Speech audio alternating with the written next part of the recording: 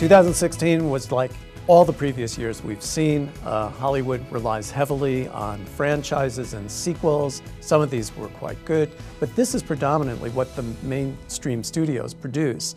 So for us at Emory, the more interesting films were coming from the independent sector.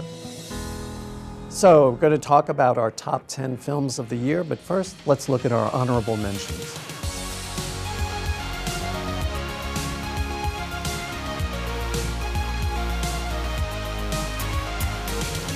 And now, here's our top 10 in alphabetical order.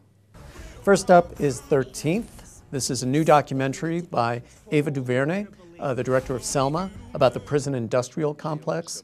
It has a historical sweep, talking about the mass incarceration, especially of African American men. It's extremely powerful, great music, great talking heads.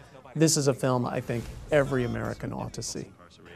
Next up for us is Denis Villeneuve's Arrival, starring Amy Adams. This is a sci-fi film about an alien invasion, but instead of the usual shoot-'em-up, it's more of a psychological thriller. Adams plays a linguist who is called upon by the government to try to communicate with the aliens. It also jumps around in time, past and present. Amy Adams gives an Oscar nomination-worthy performance.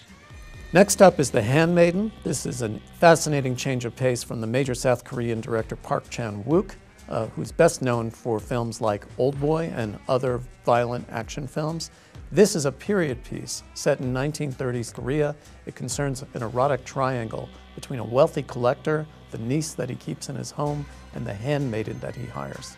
Visually sumptuous, great performances, a wonderful film to catch. Next up is Les Innocents, this French film that's set in a Polish border town at the end of World War II. The story concerns a Red Cross worker who's called to a nearby convent where she discovers that several nuns have been impregnated. The mystery of this, the uncovering of it, the impact of war's atrocities are all subjects explored here, and the film is quite unusual for exploring the war experience through the eyes of women. Next up is La La Land. This is a movie that's getting a lot of buzz. It was written and directed by Damien Chazelle, who created Whiplash, and it stars Emma Stone and Ryan Gosling as struggling artists in Los Angeles. This is a candy-colored, exuberant tribute to the classic musicals of Hollywood's golden age, as well as the bittersweet musicals of the French director Jacques Demy. Our next selection is the Irish film The Lobster. This film has gotten a lot of hype as a romantic comedy, but it is an utterly unconventional one. In fact, it's often heartbreaking. Colin Farrell plays a middle-aged man who suddenly finds himself single. He goes to a hotel where he must find another mate in 45 days, or he turns into an animal of his own choosing. Rachel Weisz is his romantic interest. This is not your conventional romantic comedy. It's really more absurdist, it's extremely funny, and very strange.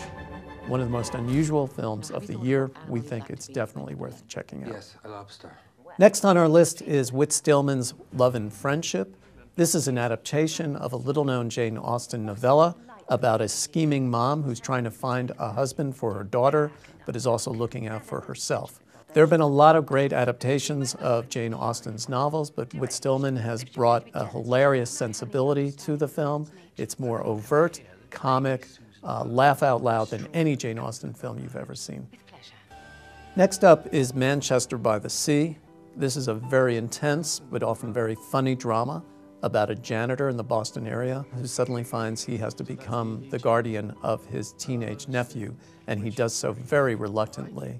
Casey Affleck does a beautiful job portraying a man who has survived unfathomable tragedy and is very difficult to come out of his shell.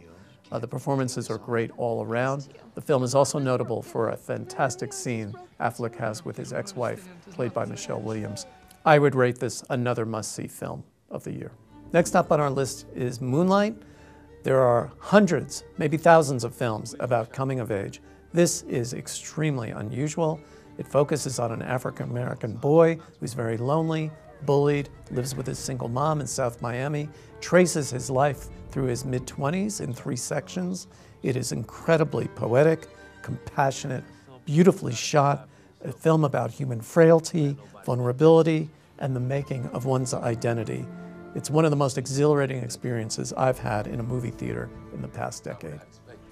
Our final title is the Chinese film Mountains May Depart from the acclaimed director Jia Zhangke. The film concerns three friends separated by life and love across three moments of the 21st century, 1999, 2014, and 2025.